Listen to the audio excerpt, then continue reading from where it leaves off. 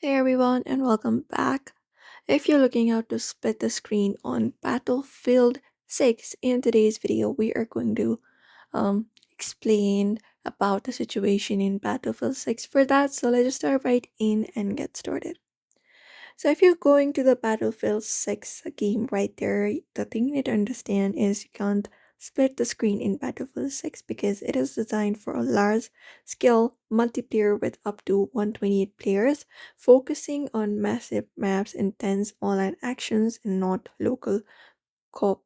However, you can still play with your friends online by joining different parties, forming squads, and communicating in the same game session.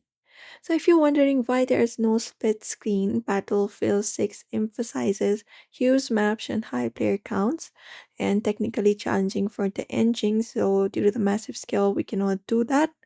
And running two views simultaneously would strain the system as well and negatively impact the performance and the UI, the user interface of your device as well, since Battlefield is a very CPU using game.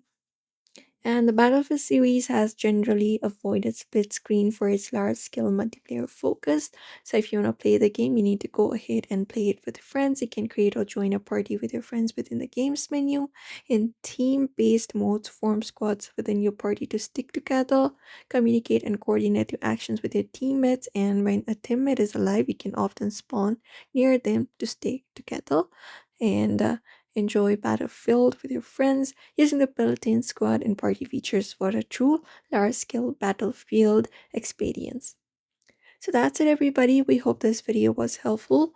Don't forget to give this video a like and also subscribe for more tips and tutorials.